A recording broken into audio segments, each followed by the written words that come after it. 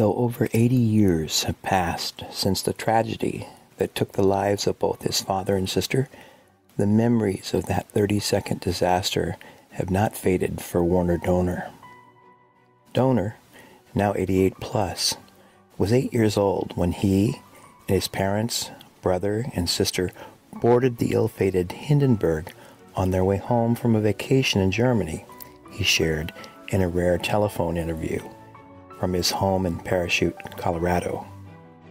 As the Hindenburg approached the Lakehurst Naval Air Station on May 6, 1937, flames began to flicker on top of the ship, quickly fueled into an inferno by the hydrogen that kept the 804-foot-long German passenger airship afloat.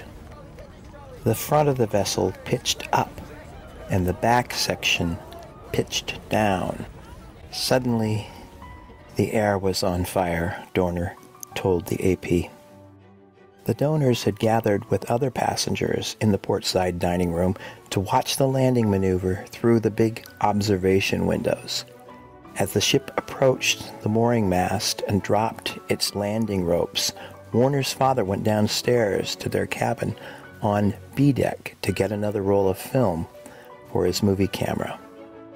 We never saw him again. Warner, his mother, and his brother and sister were sitting at a table near a window. My mother took my brother and threw him out. She grabbed me and fell back and then threw me out. She tried to get my sister, but she was too heavy, and my mother decided to get out by the time the Zeppelin was nearly on the ground.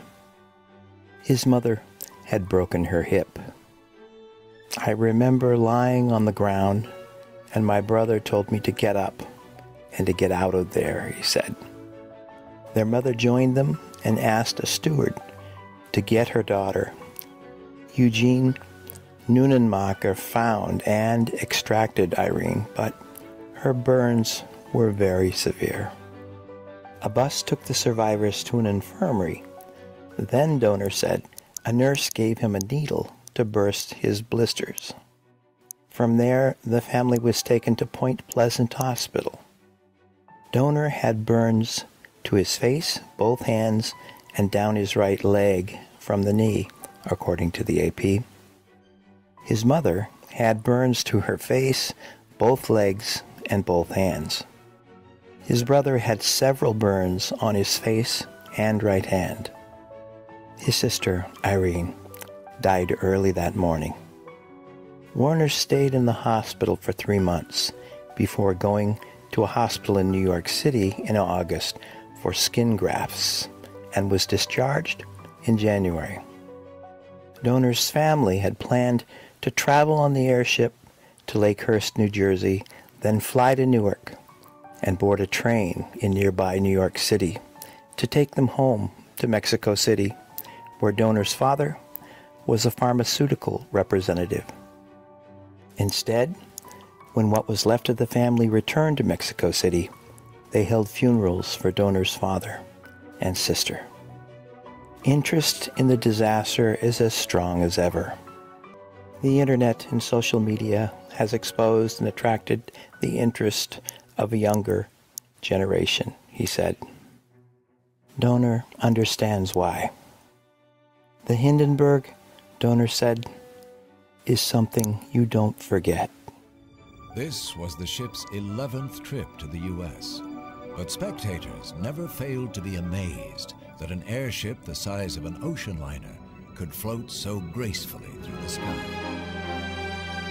Join us in remembering the crew and passengers of the Hindenburg. A last dinner on the Hindenburg. The tail fins are each 41 meters high, and she holds a total of 200,000 cubic meters of hydrogen. 200,028 cubic meters, sir. Oh, don't worry, sir. You can smoke on the journey. We have a special smoking room which is separated from the rest of the ship. Werner Doerner also recalls standing in awe with his brother and father. When we got the tour of the Hindenburg, which was in the hangar, everything was enormous. I was very impressed with the huge tires below the gondola and the tail, and also on the huge propellers behind the motor gondolas. I don't remember having been flown out, and I don't remember having been in the air, but I remember lying in the sand, and that Walter walked over and told me, "Get up, we have to get out of here."